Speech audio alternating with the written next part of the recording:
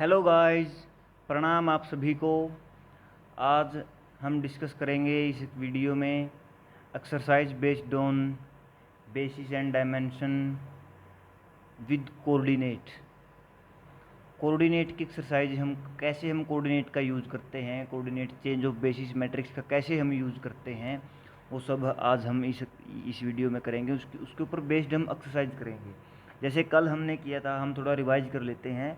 कल हमने किया था, मान लीजिए हमारे पास कोई दो बेसिस हमारे पास थी, बी एंड बी डैश हमारे पास बेसिस थी। तो हमने बी डैश के एलिमेंट्स को, मान लीजिए अल्फ़ा आई डैश को और alpha one alpha two alpha N इसके फॉर्म में लिख करके ऐसे हमने, और इन कोऑर्डिनेट्स का ट्रांसपोज करके हमने एक मैट्रिक्स बनाई थी पी। वो पी मैट्रिक्स हमारे पास, हमने एक थ्योरम भी किया था, पी मैट्रिक्स हमारे पास कैसे अप्लाई होती थी। कोई भी अल्फ़ा एलिमेंट हम लेते हैं, उसका कोऑर्डिनेट बी के रिस्पेक्ट में, बी बेसिस के रिस्पेक्ट में किसके इक्वल होता था, पी इंटू अल्फ़ा का कोऑर्डिनेट बी डैश बेसिस के रिस्पेक्ट में। वेयर पी क्या थी, जहाँ पी थी हमारी change of basis from B to B dash.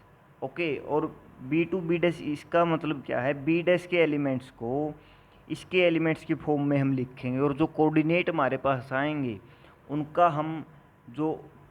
उनका ट्रांसपोज हम लेंगे उस मैट्रिक्स का, उसको हम पी मैट्रिक्स बोलते थे। ठीक है, बाकी ज़्यादा एक्सप्लेनेशन के लिए आप इससे पिछला वीडियो देख लीजिएगा, जिसका लिंक डिस्क्रिप्शन में आपको मिल जाएगा।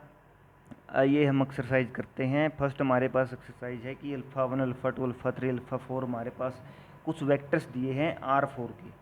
ठीक है, हमको क्या शो करना है, सबसे पहले तो ये बेसिस बनाते हैं, ये चीज़ हमको शो करनी है। पहले हम करते आए हैं, बेसिस शो करने के लिए लीनियरली इंडिपेंडेंट शो करना पड़ेगा। लीनियरली इंडिपेंडेंट शो करने के लिए इस मैट्रिक्स को लीनियरली इंडिपेंडेंट शो करना पड़ेगा।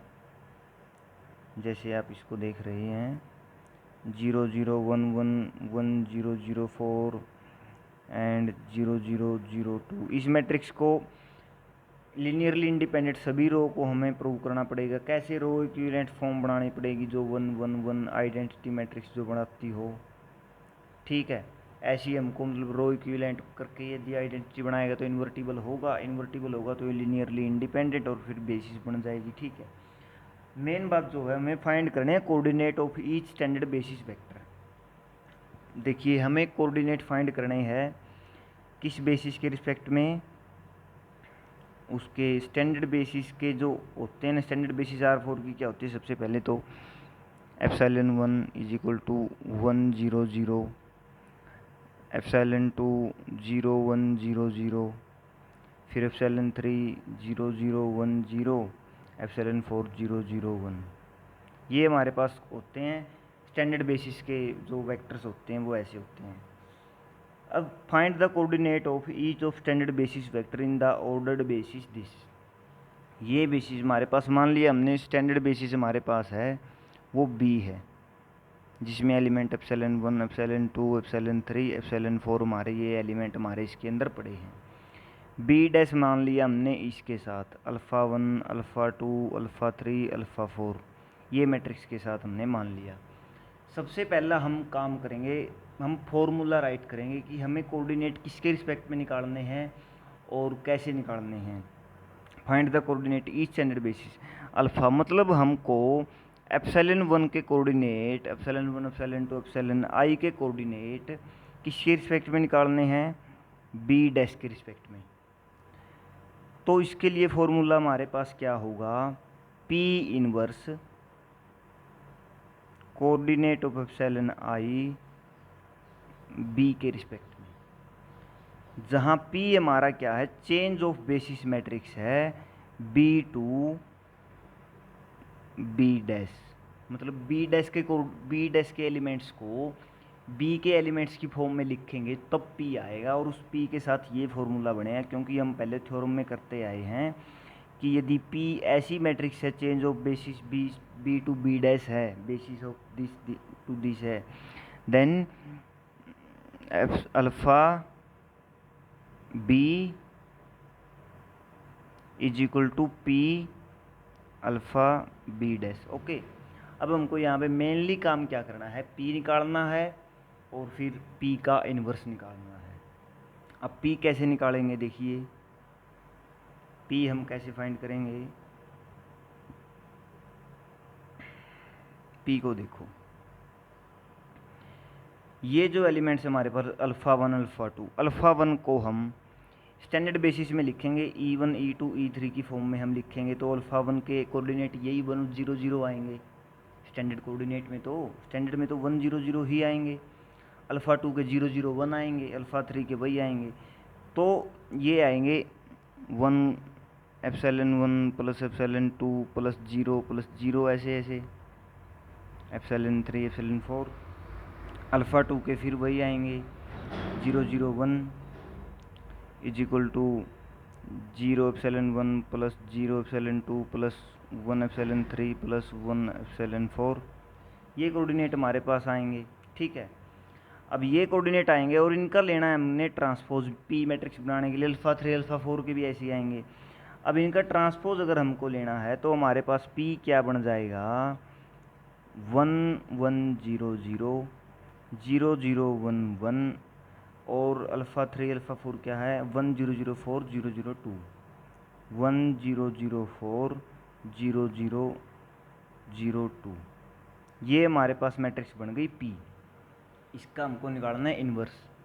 इन्वर्स इसका हम निकालेंगे रो रिड्यूस्ड एक्लोन फॉर्म मैट्रिक्स से। कैसे, इसका ऐसे निकालेंगे हम इसको करके, देखिए रो रिड्यूस्ड एक्लोन फॉर्म वाला सिस्टम फॉर्मूला हम लगा के इसका निकालेंगे 1 1 0 0 0 0 1 1 1 0 0 4 0 0 0 2। इसको ऐसे लिखेंगे 1 0 0 0 1 0 0 0 0 1 0 1 0 0 0।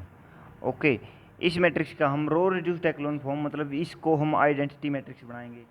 इस साइड हमको जो मैट्रिक्स मिलेगी वो पी इनवर्स मैट्रिक्स होगी, और पी इनवर्स मैट्रिक्स को देखिए ऊपर, पी इनवर्स मैट्रिक्स को हम एप्सिलॉन 1 का बी के रिस्पेक्ट में, बी जो है स्टैंडर्ड बेसिस, इसके रिस्पेक्ट में जो कोऑर्डिनेट है उस पर इसको अप्लाई करेंगे, तो हमारे पास एप्सिलॉन आई के बी डैश के रिस्पेक्ट में कोऑर्डिनेट मिल जाएंगे। तो पी इनवर्स हमारा आप कर लेना, ये मैं इसको डायरेक्ट लिख रहा हूँ। पी इनवर्स हमारा जो आएगा वो ये आएगा, P inverse is equal to 0 0 1 minus 2 1 0 minus 1 2 0 1 0 minus half and 0 0 0 half. ये हमारे पास आया पी इनवर्स। अब हमको चाहिए, मतलब हम एक का निकालेंगे, मान लीजिए हम निकाल दे एप्सिलॉन 3 के कोऑर्डिनेट हम निकाल रहे हैं। एप्सिलॉन 3 के कोऑर्डिनेट क्या आएंगे, पी इनवर्स इनटू एप्सिलॉन 3 के कोऑर्डिनेट्स बी के रिस्पेक्ट में is equal to P inverse into B के रिस्पेक्ट में इसके कोऑर्डिनेट क्या थे, बी के रिस्पेक्ट में कोऑर्डिनेट इसके सेम कोऑर्डिनेट है बी, तो बी के रिस्पेक्ट में स्टैंडर्ड बेसिस के रिस्पेक्ट में तो कोऑर्डिनेट फिर वही होते हैं, तो ये आएंगे 0 0 1 0, ये आया। और पी इनवर्स हमारा ये है, ये पी इनवर्स है। इसका जब हम इसके साथ मल्टीप्लिकेशन करेंगे तो हमारे पास ये सभी रोज़ के थर्ड एलिमेंट को उठाएगा। फर्स्ट रो का इसके साथ करेंगे, हमारे पास क्या आएगा 0, सेकंड रो के साथ करेंगे हमारे पास आएगा 1, थर्ड रो के साथ करेंगे 0, फोर्थ के साथ करेंगे माइनस, ऐसे। अब एप्सिलॉन 3 को हम कैसे लिख सकते हैं, epsilon 2 alpha 2 minus half of alpha 4। ये हमारे पास कोऑर्डिनेट आ गए इसके, और ये इसका लीनियर कॉम्बिनेशन ऐसे आ गया, ठीक है। सिमिलरली हम एप्सिलॉन 1 का 2 का सभी का कोऑर्डिनेट ये आए जी, ई एप्सिलॉन 1 का कोऑर्डिनेट ये आएगा, 2 का ये आएगा, जैसे 3 का ये आया है, 4 का ये आएगा। ओके, तो नेक्स्ट हम एक का और हम निकालते हैं। मान लीजिए पी इनवर्स एप्सिलॉन 1 का हम निकालते हैं, एप्सिलॉन 1 का कोऑर्डिनेट हम निकालते हैं, तो वो क्या आएगा, पी इनवर्स 1 0 0 0 और पी इनवर्स के साथ मल्टीप्लिकेशन करेंगे 1 0 0 के साथ, तो पूरा फर्स्ट कॉलम हमारे पास आ जाएगा। वो क्या है 0 0 1 -2, ये हमारे पास है। ये हमारे पास कोऑर्डिनेट आ गए किसके, ε1 के एंड इसके रिस्पेक्ट में, इस बेसिस के α1 α2 α3 α3 α4 इस बेसिस के रिस्पेक्ट में कोऑर्डिनेट हमारे पास आ गए। नेक्स्ट एक्सरसाइज हम देखते हैं, वो भी सेम ही है बट वो कॉम्प्लेक्स फील्ड में है। बेसिस ऑफ कॉम्प्लेक्स जो वेक्टर स्पेस है वो C3 है, ओवर R है, सॉरी ओवर R नहीं, ओवर C ही होगा, ओवर R तो ये वेक्टर स्पेस ही नहीं बनेगा। Find the coordinate matrix of vector these. देखिए इस वेक्टर का कोऑर्डिनेट मैट्रिक्स हमको फाइंड करना है in the basis consisting of vector these vectors के। अब आप एक काम करिए, देखिए इस वेक्टर आप हमारे पास बेसिस है एक, सेकंड बेसिस हम स्टैंडर्ड बेसिस ले लेते हैं, ठीक है। इस बेसिस को हम मान लेते हैं बी डैश, ये जो हमारे पास है, और सेकंड जो बेसिस लेते हैं वो बी हम लेते हैं, वो ε1 ε2 ε3 हम ले लेते हैं, ठीक है भाई। अब हम फाइंड करते हैं पी, सिंपल सी बात है, पी को फाइंड करो। पी क्या है, इन कोऑर्डिनेट्स का स्टैंडर्ड बेसिस के रिस्पेक्ट में जो इनके कोऑर्डिनेट आएंगे, इनके जो कोऑर्डिनेट आएंगे स्टैंडर्ड बेसिस के, उसमें उन सभी का कोऑर्डिनेट का वो ट्रांसपोज, उस मैट्रिक्स का ट्रांसपोज है जो कोऑर्डिनेट मैट्रिक्स आएगी। समझे आप मेरी बात को? जैसे हम स्टैंडर्ड बेसिस को लिखते, स्टैंडर्ड बेसिस यहाँ पर हम इन सब का कोऑर्डिनेट, मतलब ऐसे हम लिखें अगर कि P हमारे पास, वैसे हम डिनोट कैसे कर रहे हैं B to B डैश, तो B डैश के कोऑर्डिनेट को जैसे 2 आइटा 1 0 को हम यदि स्टैंडर्ड में लिखें तो कैसे लिखेंगे, 2 iota into ε1 plus 1 into ε2 plus 0 into ε3, ऐसे लिखेंगे। अब इनका ट्रांसपोज, इनको मतलब इनको एज ए कॉलम लिखें तो 2 आइटा 1 0, तो हमारे पास P क्या बनेगा, P मैट्रिक्स जो हमारे पास बनेगा वो यहाँ पर हम लिख लेते हैं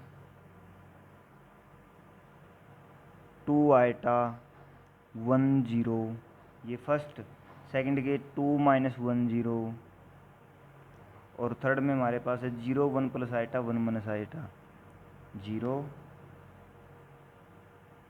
1 प्लस आइटा 1 माइनस आइटा, ये हमारे पास आई P।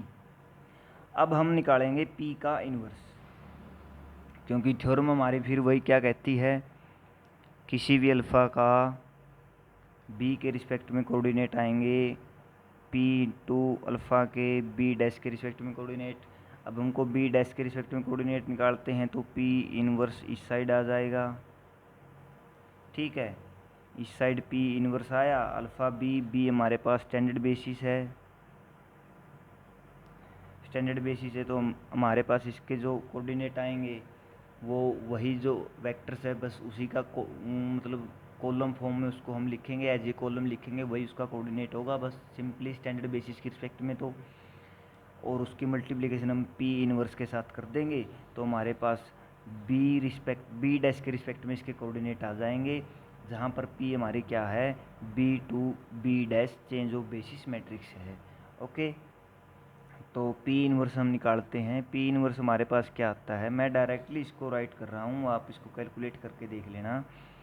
1 minus iota by 4, 1 minus iota by 4 0, 1 minus iota by 2, -1 minus iota by 2 0, -1 minus iota by 2, -1 plus eta by 2 and 1 plus eta by 2, ये हमारे पास आई P इनवर्स मैट्रिक्स, ठीक है। अब P इनवर्स का कोऑर्डिनेट हमको निकालने हैं 1 0 0 के। अब 1 0 0 के कोऑर्डिनेट स्टैंडर्ड बेसिस के रिस्पेक्ट में तो 1 0 0 ही आएंगे, तो हम P इनवर्स का मल्टीप्लिकेशन करते हैं 1 0 1 के साथ। ये हमारे पास क्या आएगा, this plus this, this plus this, this plus this, तो इनको ऐड कर दो। 1 माइनस आइटा बाई 4 माइनस 1, ऊपर नीचे इसको हम 2 से मल्टीप्लिकेशन कर देते हैं, माइनस टू आइटा बाई पूरे के बाई में 4 आ जाएगा। ठीक है, इसको सेकंड वाले को हम ऐड करेंगे, 1 minus eta minus 2 plus 2 eta पूरे के बाय में 4, इसको हम ऐड करेंगे 1 प्लस आइटा बाय 2। ये हमारे पास कोऑर्डिनेट आएंगे क्या, ऊपर ऊपर यदि हम ऐड करते हैं तो हमारे पास क्या आता है, -1 -3 आइटा बाय 4, इसको यहाँ लिख लेते हैं थोड़ा सा ऊपर, -1 -3 आइटा बाय 4। सेकंड हमारे पास क्या आएगा, -1 प्लस आइटा बाय 4, और थर्ड हमारे पास आएगा 1 प्लस आइटा बाय 2। ओके, ये हमारे पास आया आंसर। अब हम नेक्स्ट एक्सरसाइज हम देखते हैं कि हमारे पास अल्फ़ा 1 और अल्फ़ा 2 की वैल्यू दी हुई है। ये C3 में ये हमारे पास वेक्टर्स दिए हैं। पहले तो हमको इनको दिखाना है कि ये बेसिस है। ठीक है, सॉरी ये C3 में नहीं, ये C3 का सब स्पेस दिया गया है। हाँ, C3 का सब स्पेस हमको दिखाना है। पहले तो अल्फ़ा 1 अल्फ़ा 2 बेसिस बनाते हैं। बेसिस बनाते हैं का मतलब क्या है, अल्फ़ा 1 और अल्फ़ा 2 लीनियरली इंडिपेंडेंट है। लीनियरली इंडिपेंडेंट का मतलब ये दोनों एक दूसरे के मल्टीपल नहीं है, यही हमको शो करना है। और वैसे हम यदि मैट्रिक्स से शो करें तो वो कर सकते हैं। ये बहुत ईजी है, ये आप खुद कर लेना। अल्फ़ा 1 और अल्फ़ा 2 को लीनियरली इंडिपेंडेंट दिखाना है। कैसे दिखाओगे, 1 0 आइटा 1 प्लस आइटा 1 माइनस 1, इसको आप क्या दिखा देना, 2 इसकी नॉन जीरो रो दिखा देना, तो ये हमारे पास लीनियरली इंडिपेंडेंट हो जाएंगे। इन रोज को लीनियरली इंडिपेंडेंट दिखा देना यार, सिंपली रो रिड्यूस्ड एक्लोन फॉर्म में। ठीक है, अब हमको दिखाना है कि बीटा 1 और बीटा 2 जो वेक्टर्स हैं ये आर इन डब्ल्यू, ये डब्ल्यू में है। डब्ल्यू की तो ये बेसिस है। यदि ये डब्ल्यू में हुए तो फिर ये क्या होंगे, इन अल्फ़ा 1 अल्फ़ा 2 के लीनियर कम्बिनेशन में आएंगे। लीनियर कम्बिनेशन में मतलब ए अल्फ़ा 1 प्लस बी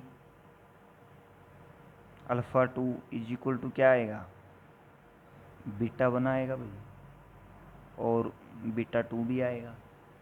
अब ए बी की वैल्यू हमें फाइंड करनी है। ठीक है, ए बी की वैल्यू हम फाइंड कर लेंगे। अब हम पहले बीटा 1 के लिए करेंगे सेम ऑपरेशन से। इस साइड तो हमको रो रिड्यूस्ड एक्लोन फॉर्म ही बनाना है। हम सेम ऑपरेशन से बीटा 1 के लिए करेंगे, बीटा 2 के लिए करेंगे। तो इसको ऑगमेंटेड मैट्रिक्स इसकी ऐसे लिख लेते हैं, अल्फ़ा 1 अल्फ़ा 2 बीटा 1 बीटा 2। इस मैट्रिक्स को हम सोल्व करेंगे। सोल्व कैसे करेंगे, इसको रो रिड्यूस्ड एक्लोन फॉर्म में इसको आइडेंटिटी मैट्रिक्स हम बना देंगे।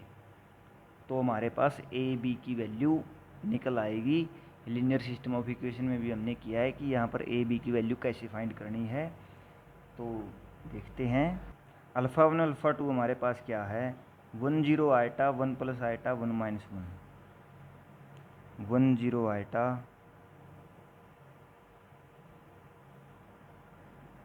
1 प्लस आइटा 1 माइनस 1, ये हमारे पास है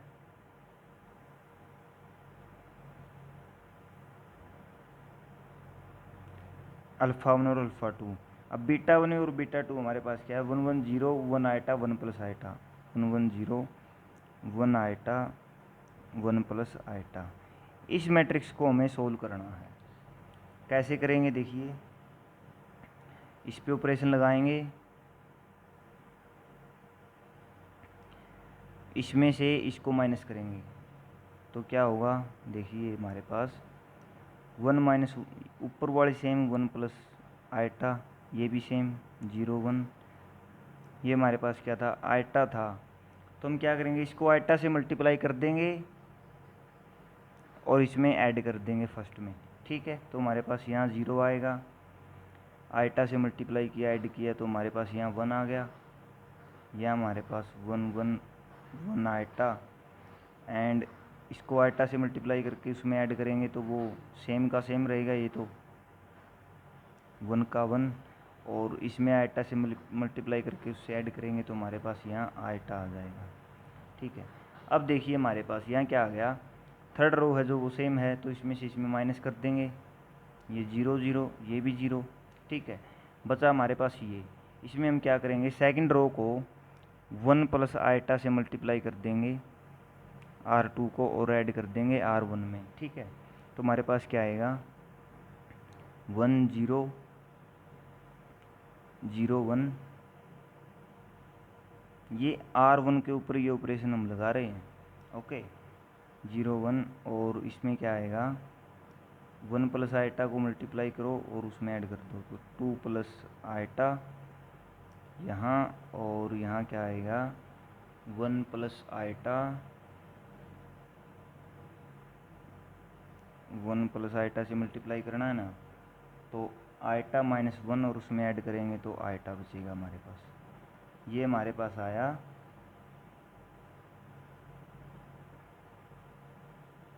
सॉरी, ये आइटा यहाँ, और सेकंड रो हमारे पास एज इट इज, और थर्ड हमारे पास ये 0 0 है ही।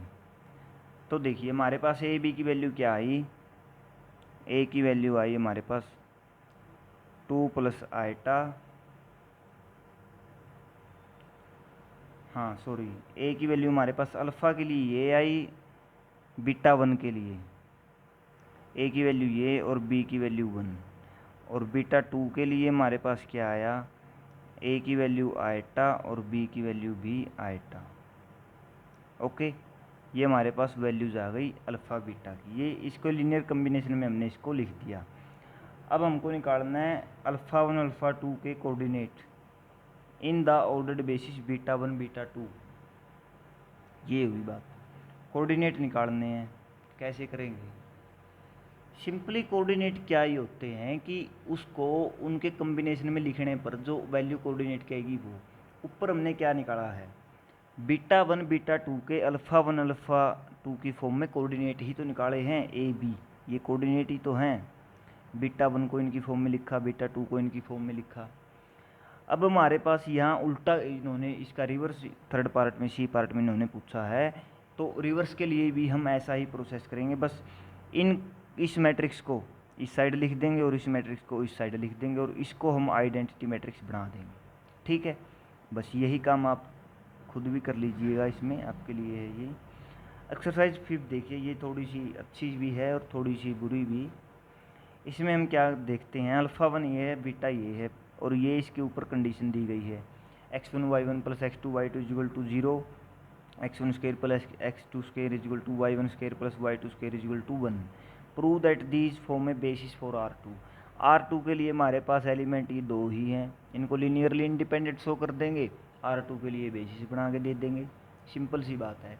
फर्स्ट हम यहाँ से क्या देखते हैं, हमारे पास कंडीशन देखिए हमारे पास क्या क्या है, x1 स्क्वायर प्लस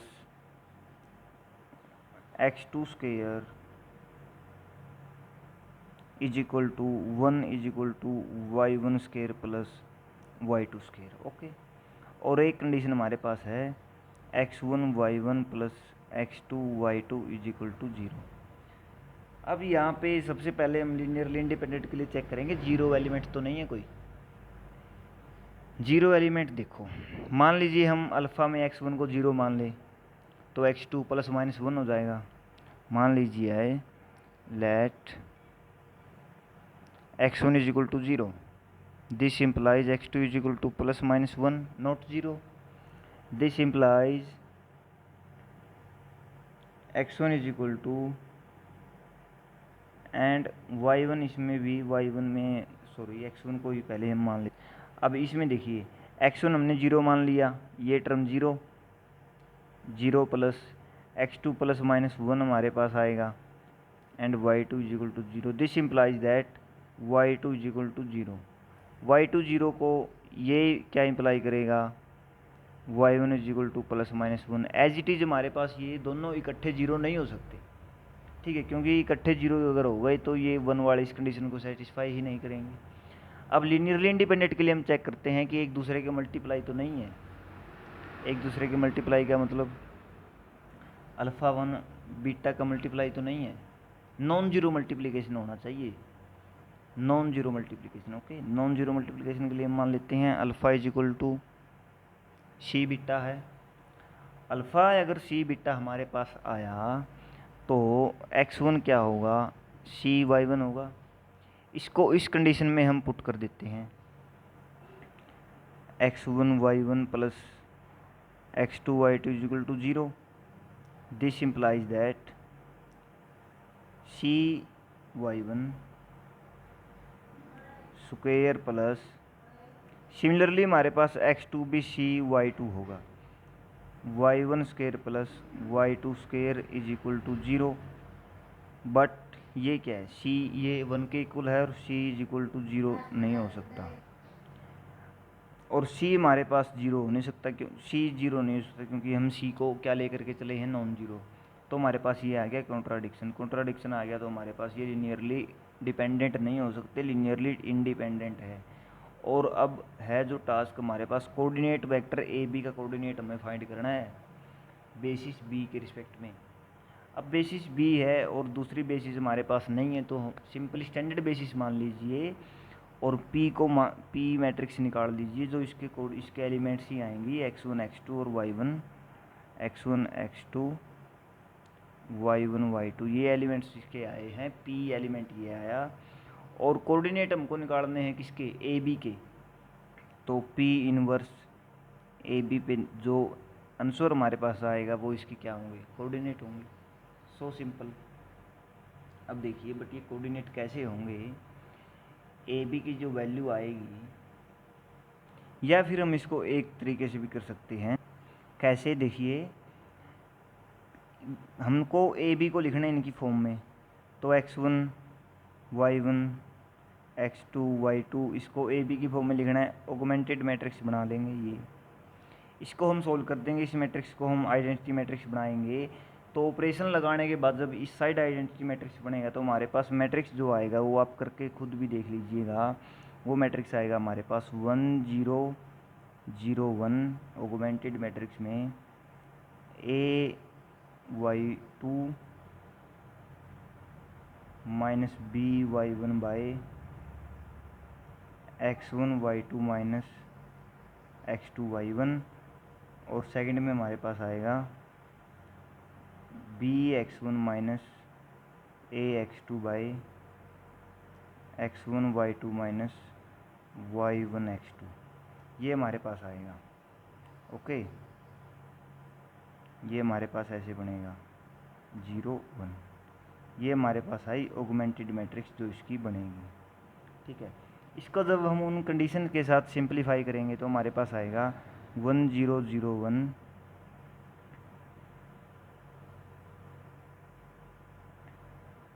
ये हमारे पास आएगा ax1 प्लस bx2 और नीचे ay1 प्लस by2 0 1। ये जो हमारे पास आंसर आ गया, ये हो गए कोऑर्डिनेट्स। So simple. बस इसको आपको थोड़ा सा कैलकुलेटिवली, थोड़ा सा ध्यान से इसको, मतलब हमको 1 1 0 1 बनाना है, इसमें थोड़ा कैलकुलेटिव ये पार्ट होगा, इसको थोड़ा ध्यान में रखना। और बाद में कंडीशंस हमने सेटिस्फाई करवानी है। यहाँ वो दोनों कंडीशन जो ऊपर दी हैं, x1 square plus x2 square is equal to 1 is equal to y1 square plus y2 square and x1 y1 plus x2 y2 is equal to 0, उन कंडीशंस को हमें पूरा केयरफुली उनको अप्लाई करना है। नेक्स्ट हम देखते हैं, नेक्स्ट एक्सरसाइज हमारे पास है वी वेक्टर स्पेस है कॉम्प्लेक्स नंबर के ऊपर, all function R into C the space of complex number. और ये थोड़ा सा इंटरेस्टिंग है, देखिए 1 e की पावर आइटा एक्स e की पावर माइनस आइटा एक्स को हमें प्रूव करना है कि ये लीनियरली इंडिपेंडेंट है। देखिए भाई कैसे करेंगे इसको, लीनियरली इंडिपेंडेंट दिखाने हैं। क्या एलिमेंट है, 1 e आइटा एक्स e की पावर माइनस आइटा एक्स, इनको कर दो भाई प्रूव। मान लीजिए हमने कोई भी एलिमेंट लिखा a plus B E iota X plus C E minus iota X is equal to 0, इसको मान लो y, Y is equal to E की पावर माइनस आइटा एक्स। ठीक है भाई, तो हम क्या करेंगे, प्लस को मान लो, प्लस को ई की पावर प्लस को, तो हमारे पास क्या आएगा, A plus B Y plus C by Y is equal to 0, which implies that A Y plus B Y square plus C is equal to 0। Quadratic equation क्या रिप्रेजेंट करती है, वाई के पास ओनली ऑन 2 सॉल्यूशन है, but X की value जैसे जैसे change करेंगे वाई के पास तो इतने सॉल्यूशन हो जाएंगे कि आप पूछो मत। एक्स की वैल्यू चेंज करते जाओ, कितने भी सॉल्यूशन ले लो। ठीक है, तो हमारे पास क्या होगा, ये कॉन्ट्राडिक्शन आ गया कि ये, तो इसके लिए हमारे पास ए को बी को सी को 0 होना पड़ेगा, इसको 0 करने के लिए। ठीक है भाई, 0 करने के लिए इनको 0 होना पड़ेगा, तो हमारे पास ये लीनियरली क्या आ गए, इंडिपेंडेंट। अब हमको ये बोल रहे हैं कि आप इनकी ना, ये G1 G2 G3 है, और इनको ना आप मैट्रिक्स की फॉर्म में लिखिए, कि इनको कैसे हम मैट्रिक्स की फॉर्म में लिख सकते हैं। ये यहाँ पर जो कंडीशन दी है ये ऐसी दी है इन्होंने, जी जे इज इक्वल टू समेशन आई बराबर 1 2 3 P I J F I. ये हमको मैट्रिक्स फाइंड करनी है, मतलब G1 को हम लिखेंगे F1 F2 F3 की फॉर्म में। कैसे लिखेंगे भाई, G1 हमारे पास देखिए क्या है, एक मिनट, G1 आप खुद हमारे पास देखिए क्या है, 1 है। 1 को लिखने के लिए हमें किसी की ज़रूरत नहीं है, सिर्फ 1 की ज़रूरत है, सिर्फ 1 चाहिए, बाकी को 0 कर दो भाई, कोई दिक्कत नहीं। तो मैट्रिक्स में क्या आ गया, जो पी मैट्रिक्स हमारी आई उसमें क्या आ गया, 1 0 0 आ गया। सेकंड हमारे पास कोस एक्स है। कोस एक्स क्या है, कोस एक्स आपको सभी को फॉर्मूला पता है, E iota X is equal to cos X plus iota sine X, E minus iota X is equal to cos X minus iota sine X. यहाँ से हमारे पास क्या आया, cos X is equal to E iota X by 2 plus E minus iota X by 2। Sine X हमारे पास क्या आया, ई आइटा एक्स, रुक जाए, E iota X by 2 iota minus E minus iota X by 2 eta. इनको यदि हम simplify करें, ऊपर आइटा से मल्टीप्लिकेशन करें, तो हमारे पास क्या आएगा, -1 minus eta E iota X by 2 plus eta E minus iota X by 2।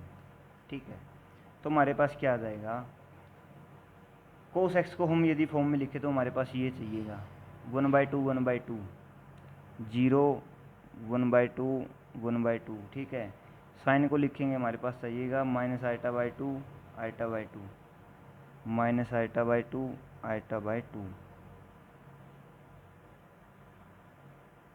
ये हमारे पास आ गई मैट्रिक्स पी। तो थैंक्स गाइज, आज के लिए बस इतना ही।